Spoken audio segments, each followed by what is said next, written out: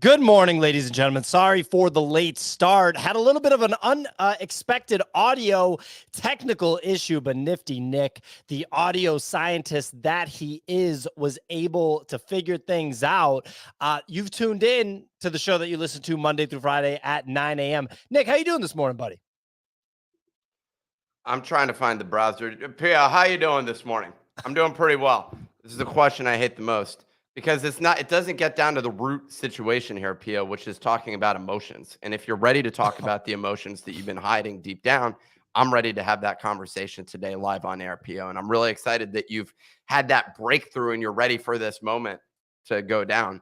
All right, should I come out and say it? I think so. So I feel that athletically, there's a lot more that you and I could have accomplished as a team. Which sport? I mean, that's a longer conversation. We can go down that rabbit hole. Speaking of rabbit holes, Bunny. Oh, sorry. Easy. You're in a rabbit hole. What the hell? Where are you? Yeah, I'm traveling. I'm visiting my mom. So I'm on the road. I'm in a rabbit hole for sure. Definitely tucked away somewhere in an undisclosed location. Bunny, I just heard you yell something. So look, it's clearly August. It's eggplant season. We got Signal moving to new spots. Easy's on the move. Clearly, he's not at his home setup. I'm at my mom's house here. It looks like Nick's the most stable. Bunny was on vacation. Where'd you go, Bunny? Well, I stayed in New Jersey. I was in New Jersey, so. Have you ever left New Jersey besides New York? No, yeah. I've left New Jersey a bunch of times. I've been to like almost every state. Actually? Almost every state? I've been to a lot of them. Well, then you're probably the world's most dude. You're the world's most cultured person then, clearly. Have you ever been to Wyoming, Nick? No, I actually haven't. I don't even respect you. I learned that you can't even code. Fraud. Okay. How was the Jersey Shore, buddy? Did you eat like glizzies or whatever the hell you guys do down there? We went for this like air show, it's like the planes that do the flips and stuff. Yeah. And apparently the clouds made it too dangerous for the planes, so they canceled it. We saw like 3 planes the whole time. I don't really like the planes; it's kind of loud, so I wasn't too mad. But the kids and the wife were a little bit disappointed. They were because okay. Yeah, we didn't see the planes, man. That's like the whole reason. That's the whole point of the vacation. Was like this air show. All right. The low cloud coverage made it dangerous to do flips or something. Look at that. Any other highlights from the trip to the Jersey Shore, Bunny? I saw domestic abuse on the boardwalk. That was probably like the biggest highlight. This lady punched. Yeah, she punched the dude. She kneed him right in the balls, and then she punched him in the face. That was probably the coolest thing that happened. Wow. A female on male violent incident on the Jersey Shore. He had Eagles jersey on, right? And I had bet the Browns in the preseason game versus the Eagles. So it was like a little icing on top for me. Wow. Bunny, would you say that that's not the first time that something like that has happened at the Jersey Shore? Would you be willing to go on record? That's a Wednesday.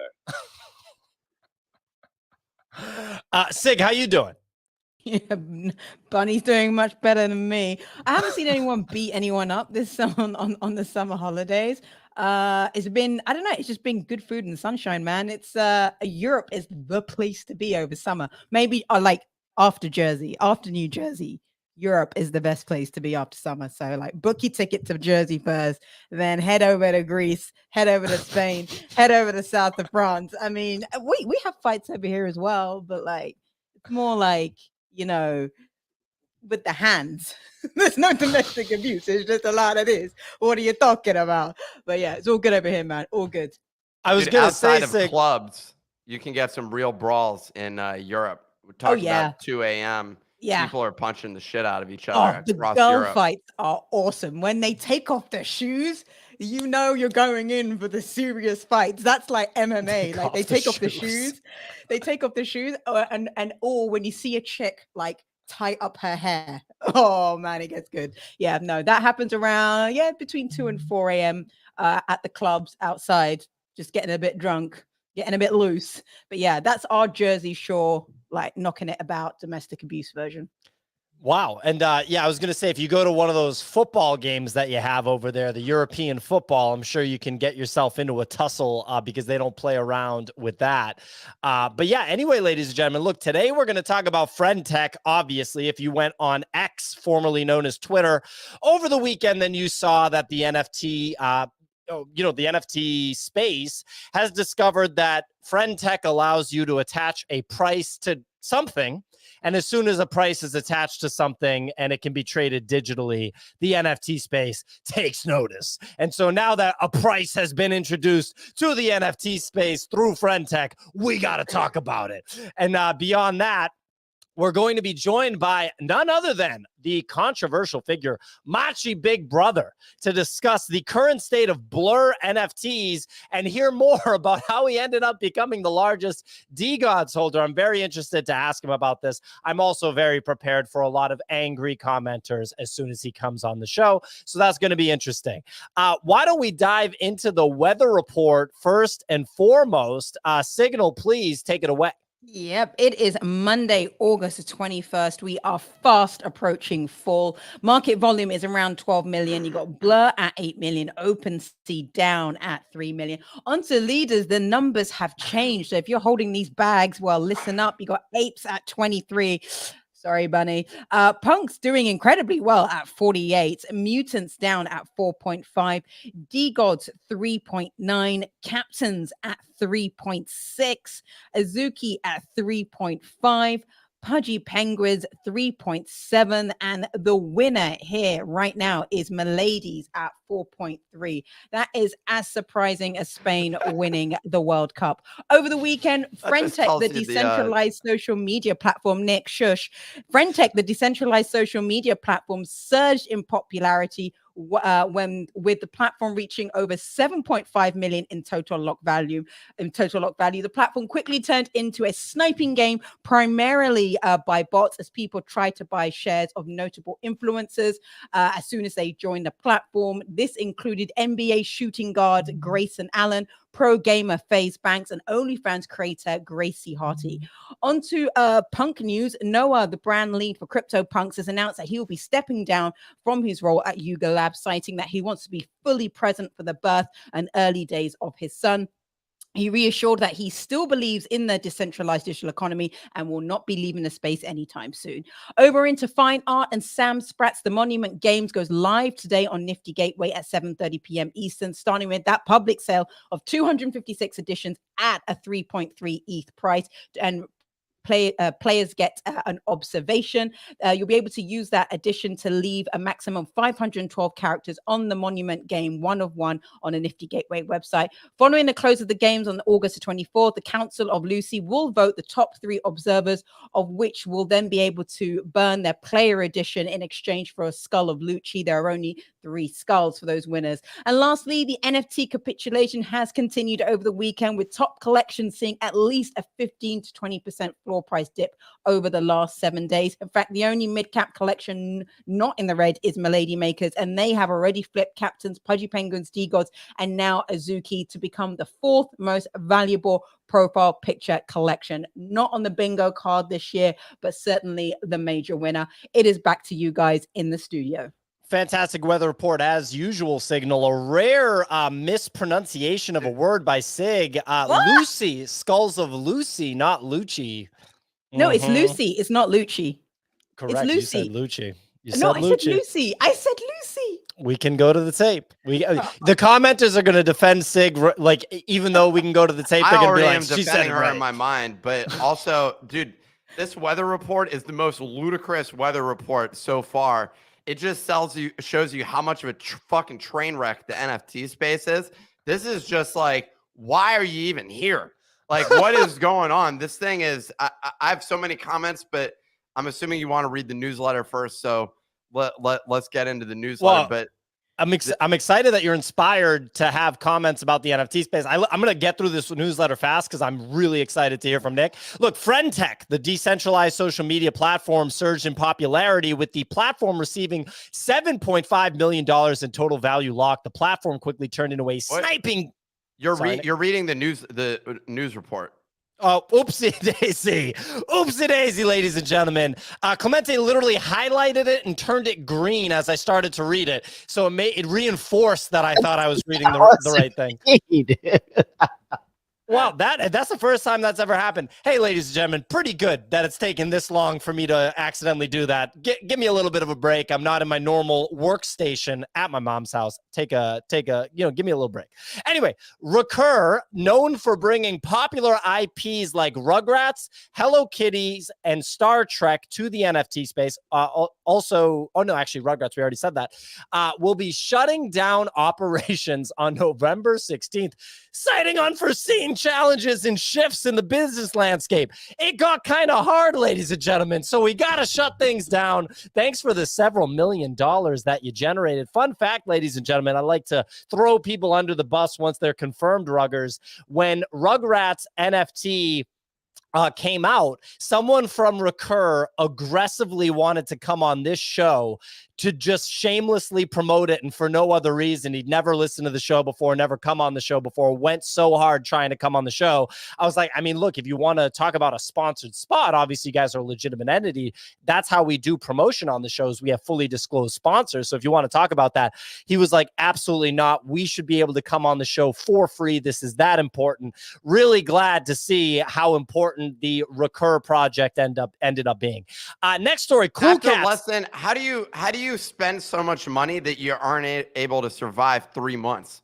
Like, pretty easy. You pay yourself out $20 million per C-suite executive, and that's 3 C-suite executives with $10 million cash to continue moving. Pretty straightforward. They did the same thing that NFT people did, so you can't get that mad. They bonus themselves out an ass load of money. That's what most people that have operated in this space have done, that have made projects.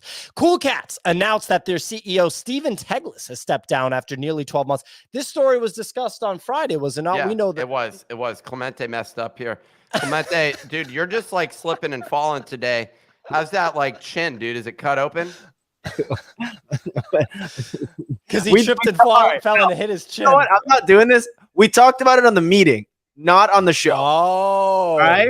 We're not. Come on. That actually does make sense. No, let's do it. You just 1 point, Clemente. Well, I'll see you in the next round. Ladies and gentlemen, Clemente was right. We spoke about this in an internal meeting that was not broadcast to the public. So we are going to say it. Cool Cats announced that their CEO, Steven Teglis, has stepped down after nearly 12 months with the position. And Cool Cats creator Klon will be stepping in to lead strategy, daily operations, and the creative direction for the NFT collection.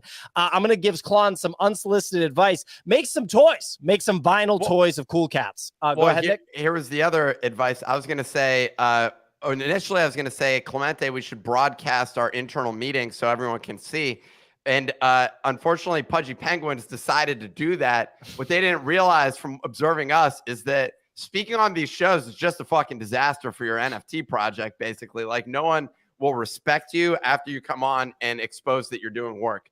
So what you really want to do is just disappear, man. Like, go away for a period of time, because you guys showing yourselves and showing that you're that yourself doing real work, like actually building a business, that is as bearish as possible for the NFT space. Nobody's interested in that.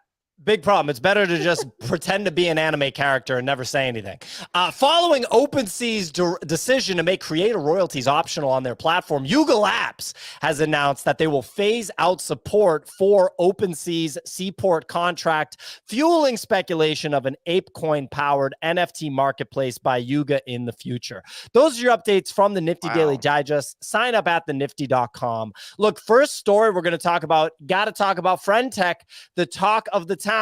There's a new price, a new set of prices in the NFT space. So NFT traders are very excited. Nick?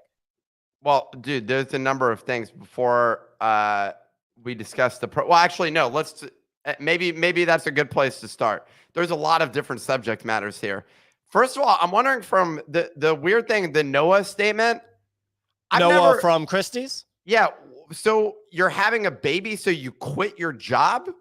I don't understand. That's something that I'm like, does Yuga not offer like parental leave?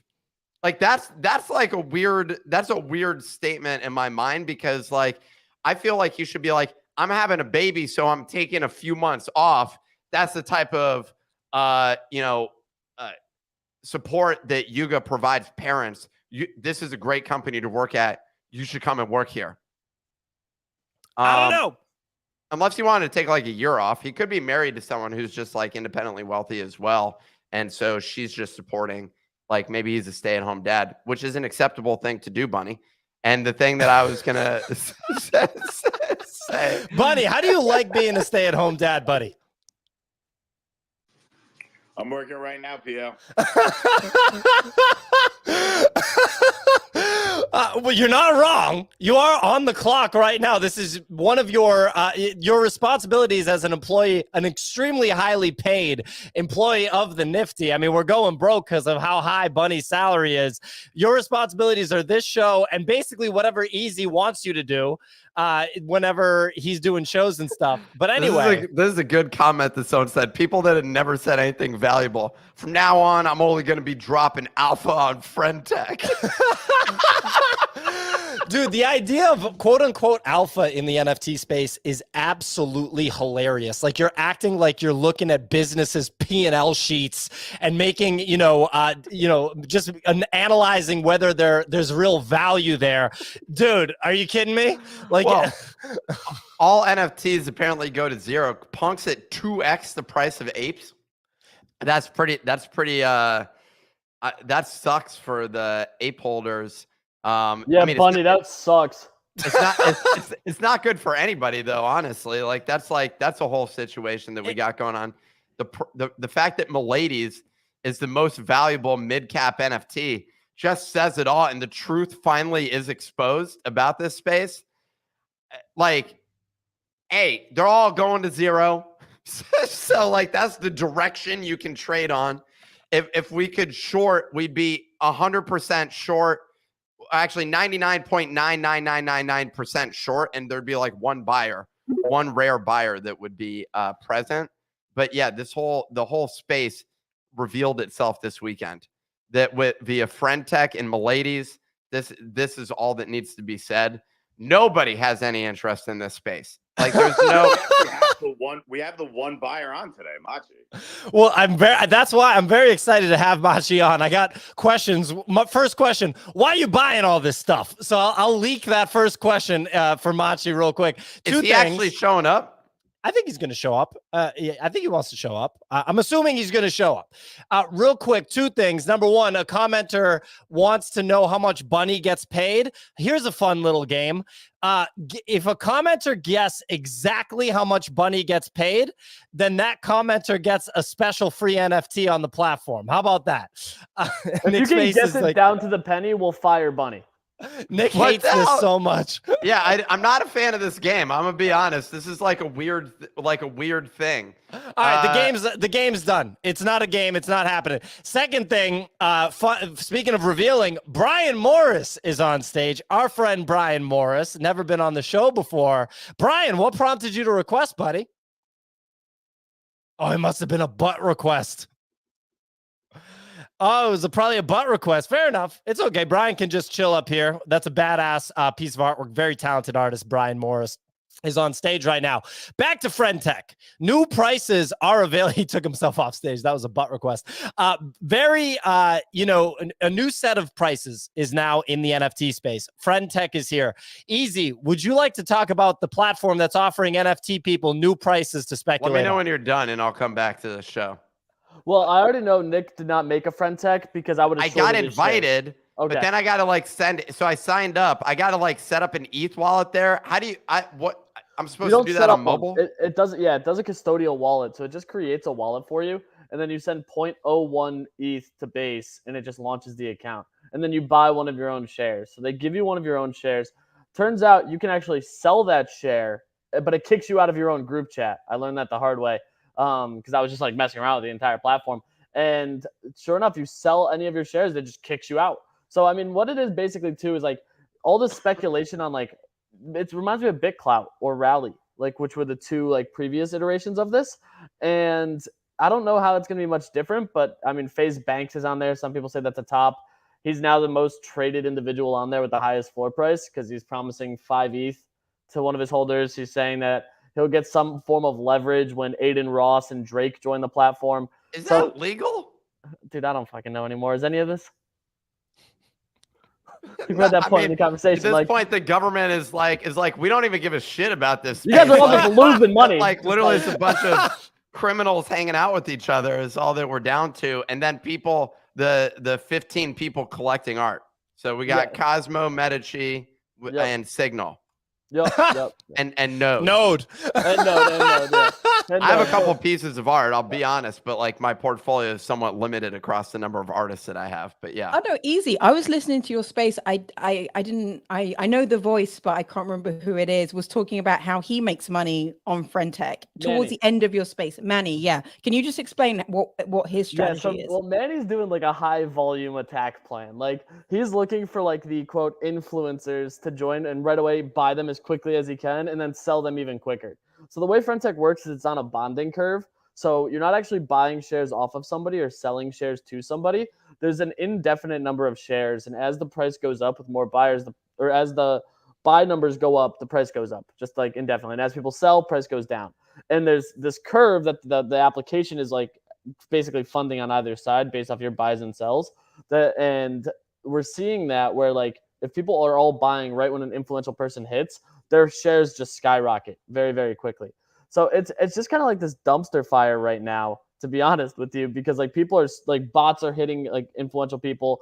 People are speed running to try to get like the next big name. There's a bunch of scam Twitter accounts of people who are just trying to like get on there. Dude, this is going to implode. The sales go down the bonding curve? If more people are selling, the bonding curve goes down, price goes down. But it's all selling on the bonding curve. Like all the trades occur on the curve. Yeah, so it's not actually a true bonding curve. They call it something else. I did a video on it Sunday, and it's a quadratic bonding curve is what they call it. Where if more people are selling versus buying, instead of going like this, it goes like this. And obviously, everyone who's done calculus understands the quadratic bonding curve cost, like tan, that. And sin, look at you, Nick. Yeah. I mean, this is classic. I had no idea what a quadratic bonding curve was. I'm not going to sugarcoat it. So I had to Google it. And basically it means if more people are selling than buying, price goes down. If more people are buying than selling, price goes up. With not actually buying or selling into a person. Well, there you go. So one thing that I do think is genuinely interesting is people from outside of the NFT space, like Milwaukee Bucks shooting guard Grayson Allen, all you American college basketball fans out there. He was a big name in college hoops. He's now an NBA player. It is interesting to me to have somebody come onto that platform and then have like a floor price of a half ETH. I think it just brings you back to someone says, I just bought a share of Grayson Allen. Someone says, what does that even mean? That's stupid, which is what, NFTs were to be. What's so funny? Someone says, what do you mean that's stupid? And that person is right. They're correct. Grayson Allen's like a Top Shot guy too. So seeing like, is it going to surprise me if like Josh Hart dives into this? No. Is it like, that's the thing is like, all like Grayson Allen was around during Top Shot. Yeah. Why doesn't like Caesar's Palace have an influencer? So they have sports betting. They should just introduce an influencer betting table where literally we just go to the table and we're like, I'll have 6 Paris Hilton. I'll have 3. I'll take 3 on Jimmy Kimmel. Yeah, let me short Logan Paul on the Dylan Dennis news. All right, I'll take it through an October expiration. I like this idea. Idea. Speaking of influencers, we got one on the YouTube screen right now. Jeff Huang, better known as MachiBigBrother. You on Friend.Tech yet, Machi? Nah, I'm not on there yet. No. Oh my God. Out. Are you guys on there? Well, I got an invite and I signed up, but we're not yet. I'm sitting at a 0.08 ETH floor. We're living. 0.008. Yeah, they're flooring me, Machi. They're flooring me. Yeah, they're flooring. That or you dumped it on your followers like these normal influencers do. Yeah. Machi, you going to sweep the floor on easy, run up that floor price, or no airdrop for that, huh? No, I'm not sweeping nothing. I'm not sweeping anything. Machi has I'm no more almost- money after Blur, dude. Like, don't you know this? Like, how is he going to be able to operate? I got talk shit. No, like, yeah. I mean, I took some hits on Blur. Yeah, for sure. Are you using an Amex Black Card, and that's how you're funding all these things, or you act like what's the strategy at this point? How many more NFTs can you buy? And is it true what they say that you now own 80% of the NFT market? The other day I had a lot of DeGods, but I already floored them. I only got like 8 Really? left. Yeah.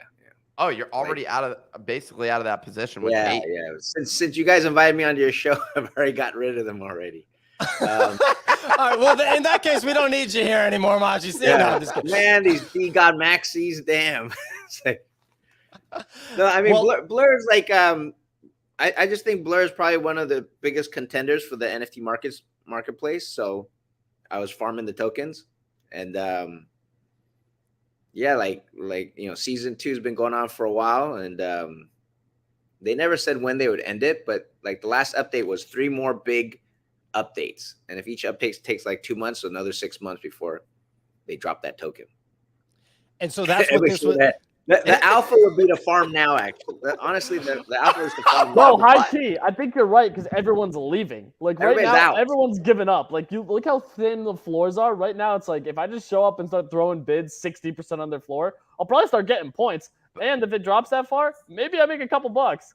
But Yeah, what's and going to get? that's the alpha is like when everybody's out. That's when before you bring 10 ETH to farm, let's say, right, and you get like 50 points a day. Now you bring like half that, 5 ETH to farm, and you might make like 20 times the amount of points. Someone's at your door, Machi. There's people. It's like people doing shit around. What circumstance? Are we in like a 6-bedroom apartment? What are we looking at here right now, Machi? Nah, man, I'm in Taipei. I'm not abroad right now. I'm in Taipei. I'm in like my little humble apartment. Yeah. It sounds like you're like people are moving my humble apartment where 18 people are currently moving around. Cook me something, chef. Do you have a chef, Machi? No, I do not. No. Okay. I'm humble, man. I'm very humble abode. Like I'm like crypto bros. You go look in my house. It's just like one mattress and that's it. It's like no TV, nothing on the floor. It's like it's an air mattress that you've been sleeping on for 6 years. Yeah, something like that. Yeah, real ghetto. Well, look, Machi, I do want to ask, like, is that really what this is all about? All these big sweeps and everything, it's about collecting this token still? Because I remember a few months back, you had tweeted, I think, a little bit of, you were upset at the way that this season of Blur had been rolled out. Obviously, you were successful in season 1. This is still just all about this token? You think that this is the right move? Yeah. I was upset because there was an April 1st deadline for 2x points, right? So, us being in crypto, we thought there would be like a Bitcoin halvening. So the points were going to half. So if you farmed early, you were like the alpha and you're going to, get benefit from being early and farming during that time period. But then they extended it and I'm like, what the fuck? And then that's not like a smart contract where it's like immutable. It's just something in the back end. They say, hey, we're going to just extend the 2x points. And I was like, no fucking way. So I gave him some shit. And, but the team at Blur is already kind of like, oh, we'll make it up to those people that lost that month of whatever, like them extending it and kind of like diluting the early farmers. They said they'd take care of it. So I'm back on Team Blur. I think, again, like the marketplaces, it's either OpenSea, Blur. There's not, there's Looks Rare, X2Y2, X.XYZ has sunsetted. So I believe that the current winner is Blur still. So yes, I'm farming the token, and like I just said, I think it's the alpha to farm now while everybody's gone. I'm using less ETH to farm more points, and so I'm continuing to do it. Sometimes I get stuck with bad trades. It depends. Like everybody does the analytics, but not that many people are that good with like Etherscan stuff. So a lot of times they're not getting the numbers exactly right. Yeah. Where's the liquidity for Blur going to come from when that token drops? Like, is the company going to back it? Like, how? Like, where is that money coming from? Why? Like, I don't even understand why in a highly speculative market, or like especially in a bull market, that token would really pump to something because a lot of people would be betting on it. But where is the like additional liquidity going to come from in order to fund? I'm assuming what'll happen. Let's say you get the Blur token. Are you not immediately going to just dump it to like recoup your costs on your NFT trades? Maybe, but I'm usually too slow because people have bots and they dump that shit fast. So if I dump, I'm actually late to it. So sometimes I wait for the bounce, or if I believe in the team, I'll hold it long term. And I gotta check out the token economics. But for now, when you're asking about the liquidity, if you watched the team work, or let's just go with the founder Pac-Man, he did his tour of duty, right? He went to Huobi, one of the biggest exchanges in Asia. He went to OKX. He did his rounds on the centralized exchanges to go get that liquidity for his token, telling the story of Blur, which is an easy story to tell because they toppled OpenSea at the time.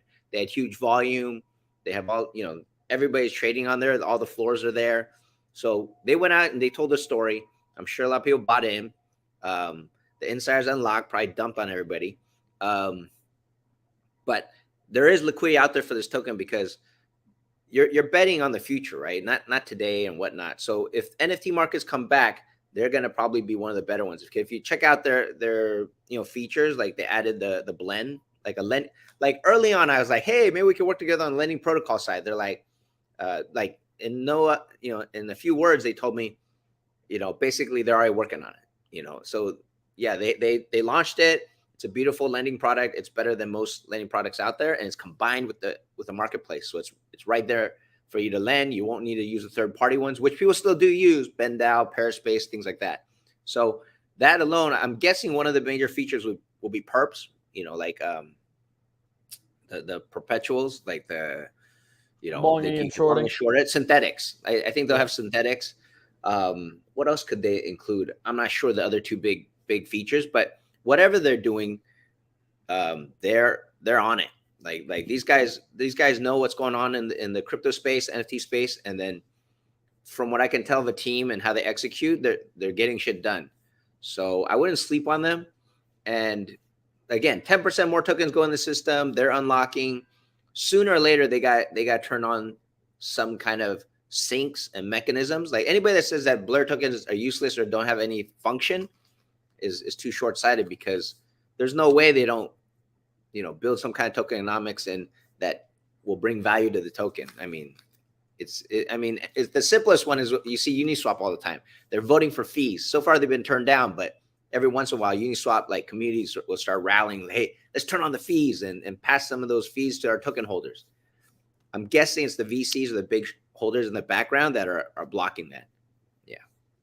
Yeah, could be. You're on this page right now. Yeah. I mean, Nick, do you have a question? No, I would just bring up the chart of Uniswap's token, which basically, like, in a bear market, all of it feels depressing. I'm gonna be honest. And if they offer perps, like, won't 99% of people just be shorting NFTs? I mean, I guess that makes the trade then a short squeeze, right? Yeah, everybody short it, then there'll be a short squeeze. So the thing. I was going to say NFT short squeeze. That sounds juicy. And I feel like you'd be like, engineering that stuff, right? You'd be like, oh, you want to short the hell out of this, and then you come in 200 grand, boom, right? I mean, something like that. Would you not do that? A Machi liquidation candle. No, I don't do insider trading. I don't do anything funny like that. I didn't even mean insider trading. I mean, if you saw that, I don't really play those kind of games. I've been close to those things. I've had opportunities to do some stuff like that. Maybe I heard like, oh, this thing got hacked and I could short it ahead of time. But again, everything's on the blockchain. That's one. Two, if it's on a centralized exchange, I'm KYC that Binance. They'll like CZ will be like, this motherfucker, every time this happens, he's shorting. How does he know ahead of time? Like they would know. If someone would know. Those kind of things I don't really fuck with. And I have really simple, like, concentrated bet type of investing style. Like if I believe in it, I go hard. I ape in. That's why I vibe with the Bored Apes, and it's my spirit animal. And when I see something good, I ape hard and then I lose all my money. Sometimes I make money. Most investments that are risky, you're not hitting past 50%. Yeah. So I'm curious, outside of your trading stuff right now, well, and maybe that's where your time is, what does a day look like for Machi? I am working on movies. I like my movie studio in Taiwan is the one that produces the most movies in Taiwan. And then outside of that, I do try to do some stuff in Hollywood or international movies. I produce those. Aside from that, I still have a record label, but I don't spend that much time on that. Yeah, movies are the main thing. Music industry sucks, right, Machi? Music industry is no good. Man, music's just tough, man. It's tough. Spotify is a bloodsucker. All these fucking, but TikTok don't pay us. They fucking just steal our music and become $1 billion. All the tech companies owe music and content tons of money, including you guys. That's the creator economy, right? Like sooner or later, we got to unionize and Facebook got to pay up the amount they owe us. You know, like YouTube owes us money. Like if you think about it, when you go to YouTube, you don't get to decide what the split is. They just give it to you. You get 30%. That's it. And then like you're lucky that they give you something because Facebook takes all your content, which is money, your pictures of your family, your picture of your friends, you partying or your daily life. That's all content that generates a lot of ad revenue, right? And Mark Zuckerberg has never given us a fucking penny, not even a dime. And like the problem is now there's X giving out the content money, right? For your content and your views. The problem there is that it changes everybody's content from organic, the way you used to shit talk or you're nice people. Now everybody's like a bunch of trolls and LARPers and cappers. Like you guys are like, you know, you see someone do something wrong, you, oh my God, he's rugging or he's stealing so you can get a bunch of hits. Or you're like just dogging on each other so you can get more views or something. Like it's not organic anymore, you know, or you're just copy pasting anybody else's content that looks good. Like hurry up and copy it, post it, you know, copy pasta. Like this game is very hard to figure out, I think, and to find organic content, how to pay the creator economy, like this Friend.Tech that people are calling either a scam or whatever, but they're trying to figure out a way to monetize your time and your content, which we're in the early stages still. And like social media is really new. They're trying to figure it out. So I'm wondering, so you said you spend most of your time working on the movie side of things. Pio was like, oh yeah, the music industry is hard. Is the movie industry easy? I don't understand. Like, what the hell? Okay. The movie industry, you lose tons of money all the time too. The difference is the movie guys are pretty hard. If you notice, there's a lot of piracy music apps or piracy music tech, but there's very little piracy. Well, there's still piracy movies, but they'll come down hard on people pirating movies. Like they just have better lawyers or they got like a more of a monopoly or conglomerates behind it that go after people if you fuck with their movies. Whereas like music, it's all like independent artists and we're not put together. We're not in a team to go fight this stuff. So, you know, music gets abused by TikTok, YouTube, all of them got their come up because of music or something like that. The other thing is I do work in crypto. And so you see all these different things that seem like they're not working. So we brought back the focus to being part of the infrastructure. And I believe in only two coins, or deep belief in two coins, is Bitcoin and Ethereum. And so to be part of Ethereum, the ETH staking process, you know, the liquid staking derivatives, similar to Lido and Rocket Pool. Early on, Cream Finance was doing it. We stopped to focus on lending protocols. But recently we came back to doing MEV protocol, basically ETH staking protocol. And that's our main focus there on the crypto side. Yeah. And you've been in the crypto game for a while. When did you start really like, forget about just investing, but when did you start making stuff in crypto? Like 2016 or before that? 2017, a little late. Okay. And what do you make of like this cycle compared to the previous ones that you've seen? I think that there's a deep belief in Bitcoin and Ethereum. I don't think anyone's like, or no one that's smart and has been around the block is like, there's no way that those things are going to come back, right? Like people assume that there will be another cycle, maybe post-halving, maybe in a different interest rate environment, maybe after institutional adoption, like the BlackRock ETF, things like that, right? On the NFT side, it's a lot harder to see the future because of, I mean, look, we just came off of back-to-back botched releases, right? I mean, I don't think it's a crazy thing for me to say that 3 huge projects in the space had releases and they didn't go as well, I think, as people expected them to go. Do you think that, and like, I don't know, what do you think of the NFT space? Do you think it's just going to change a lot? Do you think that you are going to see Bored Apes, for example, go back to like $150,000, $250,000? Like, how do you think about NFTs specifically? Okay. I've like looked around, and I think the GameFi is not played out yet. There's definitely a chance that one of these companies will figure out how to do it. Like you said, oh, Fortnite, them are going to eat their lunch, or League of Legends. They're not going to, because they're already eating. They're like whopping, making tons of money. They're not even looking at NFT or Web3, and they don't need to. They're just making billions of dollars. So it's the startups, or the guy, even our blue chip are similar startups, right? Yuga is probably the main one, but I remember there's Parallel. They're doing their card game. They're trying to figure out tokenomics. Who knows if Axie Infinity come back and try to do something. But any of these guys in this category can try to make a game and plug in NFTs and make that system work. If someone makes it work, everybody's going to jump on the bandwagon and copy that model. And from there, they'll iterate. So I would never count out gaming, because gaming is such a big industry, and we all love to play video games. Everybody does. Like, guys my age are still in that generation of video games right now. It's part of our culture, part of our DNA. So no one's going to stop playing games. Where is it going to be? Like, you're saying play to earn, or is it? I wouldn't even call it play to earn anymore. It's just basically playing with NFTs and crypto involved somehow. And it was already there anyways. Like, people do secondary trades of skins or Warcraft gold or things like that, but they had to do it through eBay, or they make their own websites. It was kind of hard to do. Whereas now crypto makes it easier for anyone, cross-country payments, and NFTs might be a way to like symbolize or use in these games. I don't think that part's going away, and someone's going to crack that code. It's coming.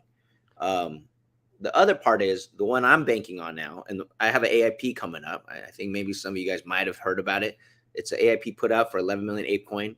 Basically, I want to make sure that NFTs are recognized as art, which kind of was the early beginnings of this thing and really disrupted that market.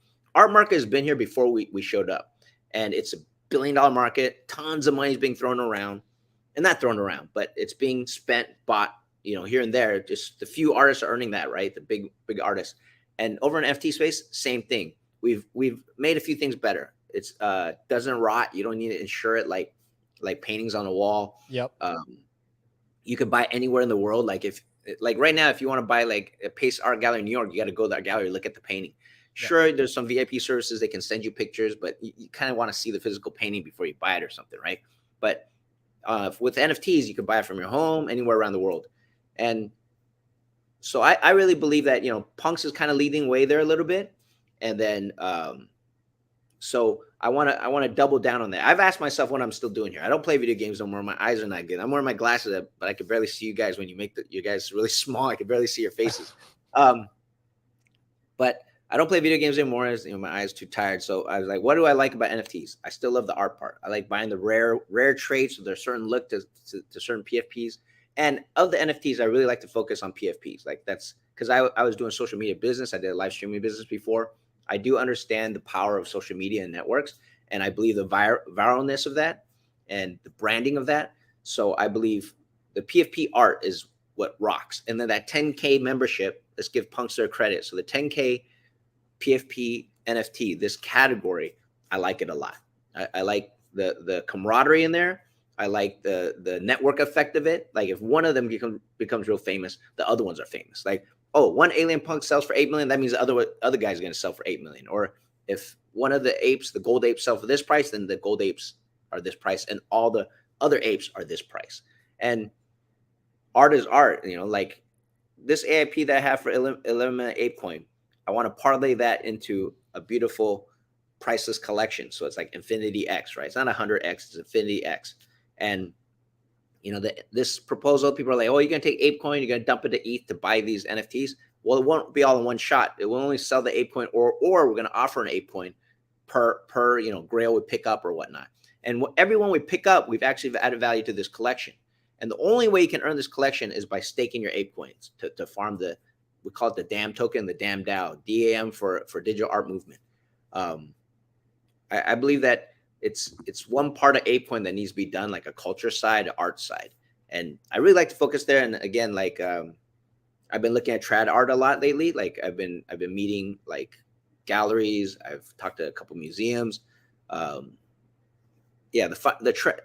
traditional art, the fine art, I don't want to call it racket, but it's there. I mean, I've been offered paintings from 50 grand to 5.5 million. And then I go look at the artists and their social medias that's not very artistic. It's more financial DD, like just to see, oh, are they famous? And you're like, oh, 8,000 Instagram followers is like, they're not very famous. BYC's got 1 million Twitter followers. So if you had one of their art and go, hey, I bought this for $250,000, they're like, the fuck? I never heard of it. But then you go BYC, oh, they've heard of it. And the thing is, among the fine art circle, every time they introduce me, they go, oh, the Bored Ape Yacht Club whale, or the Bored Ape Yacht Club. He's got the most Bored Ape Yacht Club. That's what they say about me when they introduce me to these people. They don't. That used to be cool, I feel like. I think if it's not cool, they still think, oh, this motherfucker's got money to burn. I think that is true. Target on your back there. Quick question. So you were saying earlier, there's speculation about like what future market is going to succeed, basically. And I'm wondering, what would you say is the area that actually has worked from the past? Would you say that DeFi is the main thing? What has been built so far in this space that you think is like, oh, this has worked? Because when you were talking about like 2017, well, 99% of stuff that was made in 2017, I have friends that had like ICOs and still are like actually running operating those businesses to this day. But like, they don't even really, it's hard to even call it a business at this point in time because a lot of those aren't even like making money. But like, what's an example? Because everything so far has come out of like speculative hype. Money's gone to a lot of the project creators, both in the ICO phase, then in the NFT phase, during the DeFi phase. That happened as well. You see the Curve guy with his, everyone talks about his house, like how much he spent on his house, and everyone's like, well, yeah, he ran Curve Finance. But like, what is like my mom's not investing in Curve Finance today, and the average person still isn't utilizing these things. So what is the thing that you think actually, like, so far, it sounds like art is pretty much the main thing. Would that be like is there anything else that you think has like brought sustainability? We said gaming, right? Gaming. Maybe gaming is not quite there yet, but what was a step in? They had these things that kind of like had a hit, right? And it takes time, and it's gonna have to find thing. It's like ETH and Bitcoin now. Like you said, the majority of people are not gonna shit on it anymore. Like it's harder to shit on it. Like when I got in at 2017, just 6 months or a year before that, in 2016, I shit over anybody that talked to me about Bitcoin or whatever. I just play like, you fucking get rich quick friends, or not work hard friends are hitting me up to invest, or they want to take a commission off me or something while I'm trying to, hey, I'm here working hard, building a real business. And, that's how was the mentality. And only when Tesla bought some Bitcoin, holy crap, that was a game changer. After 2020, that, baby. You bought even DeFi was like, no one understood it. You go to a dinner table, 20 friends, you talk about it. Nobody asks about it ever again, or even talks about the next dinner. They won't talk about it. Tesla was a big thing. NFTs were big too, because NFTs, 20 people talk about it. Next dinner, 20 people are talking about it. Plus they're showing off their NFTs that they bought. And it had a picture. It's easy to understand maybe, or whatever, collectibles. It felt easy to understand, but I definitely think DeFi is not going away. If you see some of the things that DeFi can do, you're just shocked, right? Like lending for go try to get a car loan, a loan on a house, and things like that. You'll just see how easy this system is.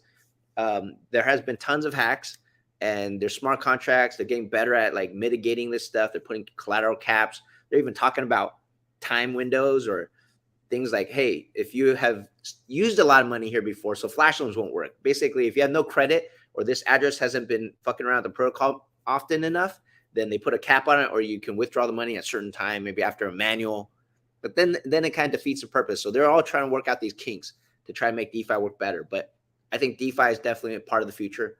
Again, I said lately we've been shifting our focus to Ethereum, like infrastructure play. But above that, I would be like, okay, lending protocols, DeFi for sure is one. NFTs, I know for sure art is in there. GameFi looks like someone's going to figure that out someday.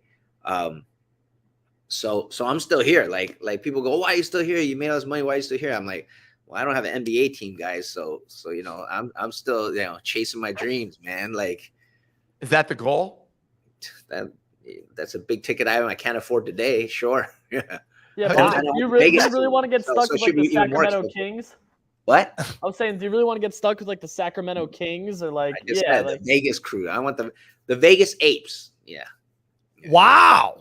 Wow. The Vegas Apes, little Gary Vaynerchuk move here, wants to buy a professional sports team. Machi, on the DeFi front, real quick. So I share the same opinion as you, where I think DeFi is a no-brainer. When I think about it, I'm like, we just need it to be really, really simple. It actually does need to, in my opinion, do the same thing that like a bank does now, but just with no middlemen and no bullshit, just like really automatic, like boom, super simple. It needs to be safe. Peer-to-peer, but it has to be safe, right? Yeah, I have to know that it's not going to be a rug pull. It's not going to get hacked, this, that, and the other thing. Does the organization, like the platform, do they need to have a native token? Because when I think about it, I'm like, why does the platform need to have a token? Why can't it be all just get done in like ETH and Bitcoin or some sort of collateralized asset? Like, why need the native token? Yeah. All right. Well, I'm sure Gary Gensler is checking out your show, but I think like some of the things he said where every token's a security, he's onto something, but boo, that's old. That's very old. Your rules apply to stocks. Tokens is a whole new thing. I think it falls in line with social media. Everybody has your own channel. You guys are your own TV show. You guys are your own media platform, right? You guys are like the NBCs of today. So again, with the tokens, it's like, we don't need New York Stock Exchange. We don't need NASDAQ. We'll figure it out ourselves. We have our own tokens. And right now we call them utility and governance tokens, which is fine. I agree still. But you need your governance token. And it's just like, man, I'm not trying to throw the industry under the bus, but basically anybody with the token, it's like, I love part of that is like, if I were to ride Uber every day, I would love to, earn a little bit of the company. I want to own a piece of the platform, the protocol. I would like to. If I order Uber Eats or I would, if I use something, Airbnb, I would like to earn a little bit of Airbnb token, like feel a sense of governance. So, if you know what I mean. Anyways. Are you like feel a sense of governance? Ownership. All right, you made me say ownership. All right, So- fuck it. Yeah. Well, Like, I I mean, want to own a piece. I want to own a piece. Hey, I use this product every day. Let me own a piece. But in the traditional world, you can't keep track of that. It's too hard to keep track of it, right? We got to sign like one share or one ownership of the company, a piece of the company. You got to sign something. But now it's all automated. It could drip to you. It could, it could be airdropped to you. It could be claimed. So, I mean, that's just the fun part of crypto, and everybody's playing, right? Farming things, doing these different things, providing liquidity, all this stuff. It's a whole new world. Yeah, that part. But so there is yeah. real quick, your statement on this governance token or / ownership, I think it's completely valid. And the reality is like the only reason that we're not doing it is because this pesky old government is sitting in the way saying, oh, you can't do that. You can't set up this thing to trade because that's the security. Who cares? The bigger thing is like the way that all the policies are set up are that consumers are dumb and cannot figure out, like that's how the government's viewpoint is, that consumers are dumb and cannot figure out a way, like cannot protect their own money, and they need the government in order to do something like that. But they're and that they can't invest in securities. There is an act, the START Act, like many years ago, that enabled various platforms like, oh my God, I'm blanking on the name. Starts with an R, where you can go and raise capital, equity capital, crowdfunding capital from individual. $1 million and under, and like a small amount of credit investors. Yeah. Yeah, or non-accredited investors can actually invest on those platforms small amounts into going in investing, basically. And so that was like set up. There's still a ton of friction that exists there, and crypto's basically operating and being like, what, like the game that they're playing right now is like, oh, it's not a security, but like we all just want the damn thing to be a security so that we can go off and like actually trade it. Is what you really want, so that you don't have to jump through all these loopholes in order to like speculate on the price attached to somebody, which is literally all that's happening anyways. With with Friend.Tech, with any of the stuff that's going on, we're all speculating on some underlying thing. Why not attach it to something more concrete, which gives us the ability to actually go and expand without having to go through all the bureaucratic processes to do it? I don't know. That's my this my own. space is like so new, and a lot of stuff here doesn't make sense to normal people. Yeah, that's the truth. So for instance, right, you go, oh, that token is attached to, okay, Blur token is attached to that protocol, right? But is it really? Like, this actually is the problem with NFTs too. And I coined this thing called equity holder risk, EHR, right? And what that means is like, I have to service my equity holders over my NFT holders. Like, where's the balance? And you guys done that the best, which is, okay, I got A16 breathing down my neck to return their 400 million they invested in me, right? Like, how do I make sure they get paid? And how do I make sure, you know, my holders are taken care of? So like a lot of times you get yelled at by those influencers after you eat shit, right? They're like, who told you if you hold the NFT, you are actually a holder of any kind of value? You're my customer. Like, Doodles, I gave you the NFT that's like, you know, like a plush toy. Here, congrats. You know, you bought something for me. And you're like, wait a minute, I'm your holder. Where's my utility for this thing? Or what do I get? Did I promise you something? I look at the short roadmap. I finished it, and now I owe you no obligation whatsoever.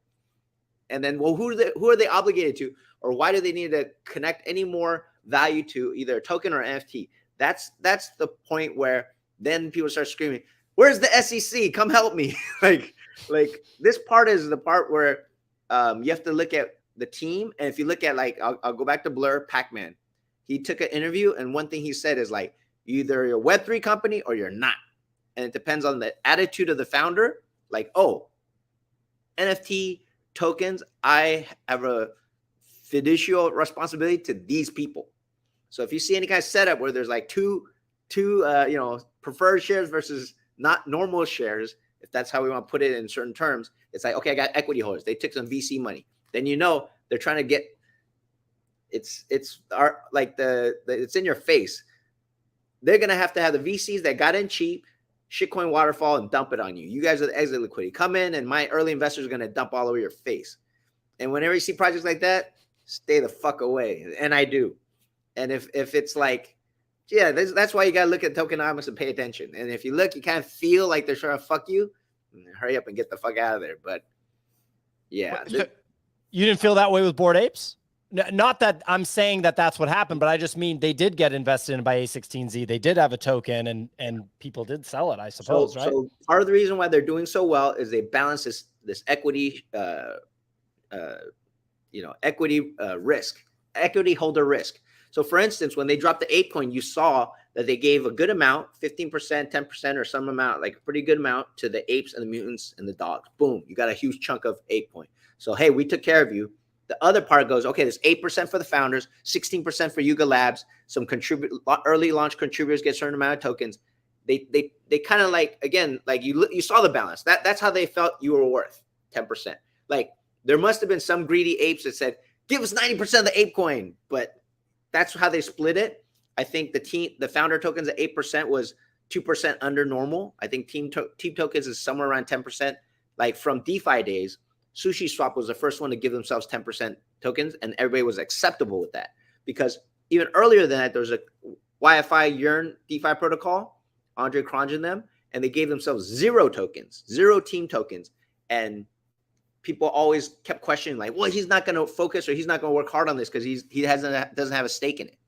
So this part leads me to the discussions I've had today that occur while working on my AIP still, and like honing it down. And actually, I'm not just working on AIP, I'm working on ApeCoin DAO as a whole. It's an experiment, right? You need people that, I'm not taking a salary, I'm not an employee, but I'm trying to work for the community and ApeCoin DAO.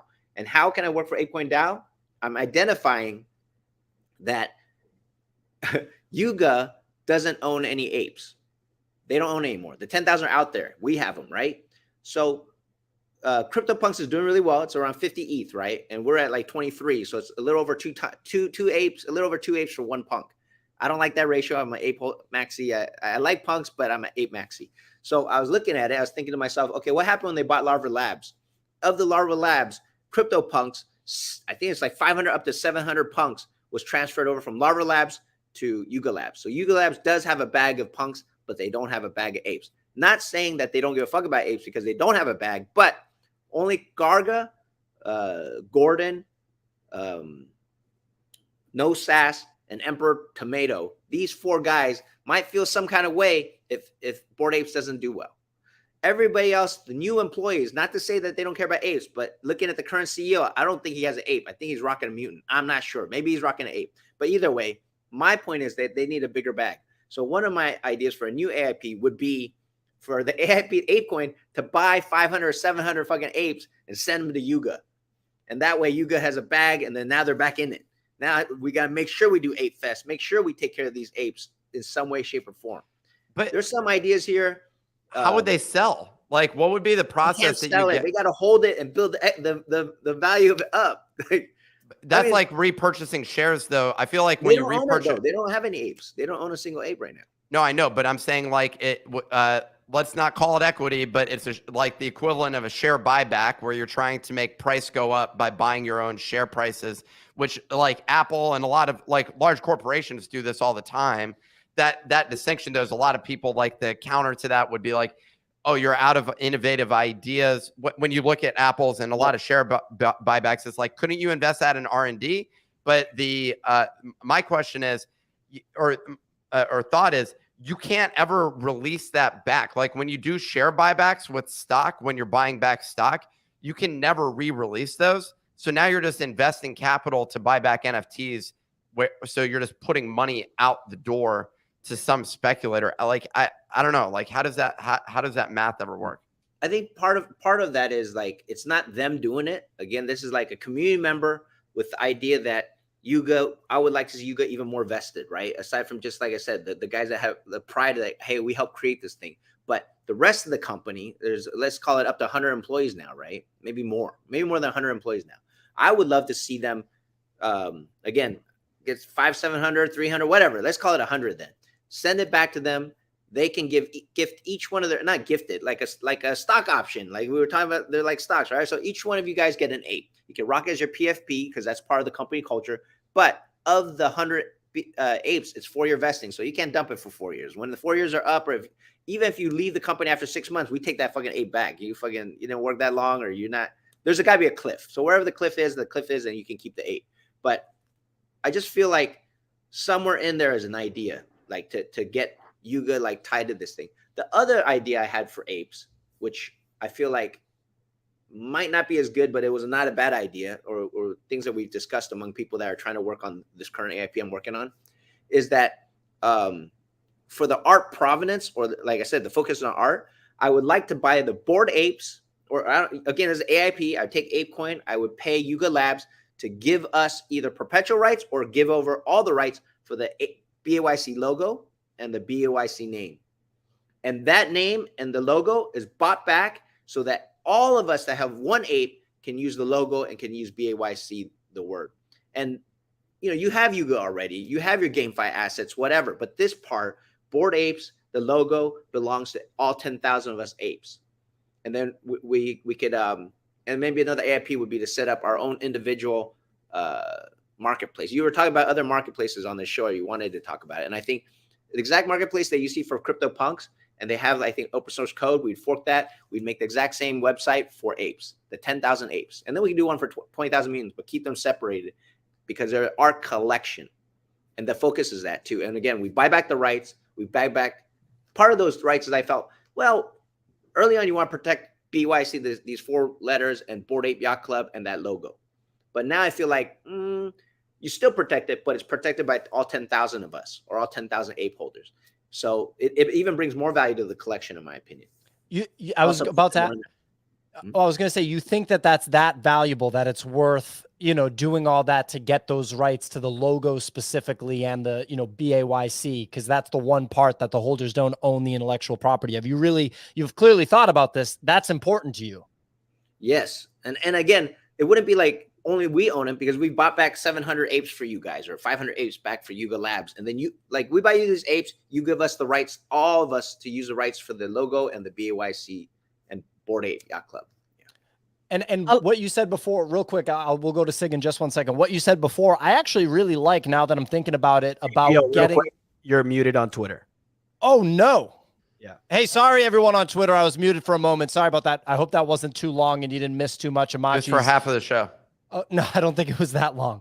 Anyway, real quick, Machi, I like your idea of getting the apes to the Yuga Labs employees. You could do something where Yuga Labs themselves are custodying it, and it's kind of like an equity grant to the holders. And like you said, there's a cliff and a vesting period, so they know, like, I got for that ape. SEC's sake, it's an NFT grant. Sure. An NFT option. Yeah. Sure. Okay. Sig, what was your question?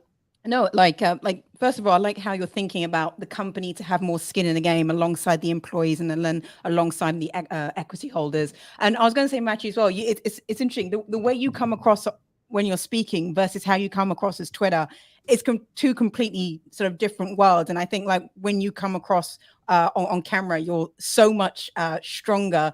And I just really like the way you think. There's one thing I was going to ask though. You said earlier on that 10K PFPs are one of your favorite passions, and one of those reasons is about camaraderie. When one PFP does well, it helps and elevates all the others. So recently you bought all these DeGods, and essentially, a lot of NFT Twitter came after you saying that you're going to dump and you're going to crash the floor. You're getting OTC offers from people to say, we will buy them back from you at XYZ price. As I understand, you didn't come back on that. So I was just wondering, like, on one hand, you've said that you love 10K PFP communities. You want to see them do well so that everyone does well. But on the other side, your actions are that you sweep a floor and then you dump. And that obviously affects the floor price of that collection and community. How do you straddle those two worlds? Yeah. Definitely that was blur farming. I didn't sweep the floor. Those were dumped on me. Like, I just settled my issues and moved on with Zach's stuff that night. I was pretty happy. I was like, had a smile on my face. I went to sleep with like 60 DeGods. I woke up with 400. I'm like, holy shit, what happened? Like, a bunch of people dumped all their DeGods into my bids. So I ended up with 400 DeGods. I sold at a loss. And I kept the 8 that I thought was the best looking DeGods of the ones that I liked. I vibed with. So, it's not like I don't like the DeGods. I kept 8 of them. Like, if I didn't like them, I'd get rid of all of them. And again, when people watch the moves that I'm doing on chain or these sells and buys, it's so funny. That's why I put this one post where I said I only buy and never sell. There's this chart that shows that I bought like 100 million worth of NFTs. My point being is that if I sold a single NFT, it's because I had to buy it in order to sell it. Right? It doesn't come out of thin air. So it's not like. So overall, I'm net positive, as in I'm a net buyer of NFTs. So I buy more than I sell. Anything else is just a narrative. Oh, he's dumping our floors. No, your floor was going to be way lower if I wasn't around. That's the bottom line. Well, a lot of people are tweeting about that these days. So you're saying with the DeGods purchases, those weren't intentional in the sense that you didn't go and say, I'm going to acquire 400 of these because that's what I want to do. It was that you had the bids, the floor crashed, and it got sold into your bids. Yeah. So I provided exit liquidity. Yeah. Got it. Wow. And so you took and we're going to wrap in just a second, but want to ask, because I think a significant percentage of our Well, why? But is it really just because of the blur token? Why I took those? Yeah, I'm trying to earn the blur token, so I put those bids up. I'm like a non-professional market maker. I'm learning. Well, I was going to ask, and this segues into my final thing before we wrap. A significant percentage of our audience is super interested in like trades and specific trades and the buying and selling process, making money, losing money. First question, quick one. Are you have profits since you've gotten in NFTs? Call it early 2021. You are not in the red, are you? I should be in the profit, maybe. I'm not one of those. There's people that are really good at it, right? Like literally, I watch them. They make profits off me too. Like I work with people. I'm like, okay, I'll buy that for 25. They go and get it for 23, bring it back to me, give it to me for 25. Like they make 2 ETH, 1 ETH like that. They're just doing like work. They're hustling. And there's other guys that know what they're trading. Like they're just really good at it. And mine, sometimes I overpay, especially for something I want. I just, all right, take it, and I've sold some stuff, but overall I should be maybe a little bit profitable, a little bit. Yeah. Okay. Well, interesting. Was it 7 figures of profit from Blur season 1, like locked in profit? I made like 1.8 mil. Yeah. 1.8 mil. Okay. So that was good. And you're okay. So a lot of times, Yeah, I've had some big wins, and the biggest wins were in DeFi.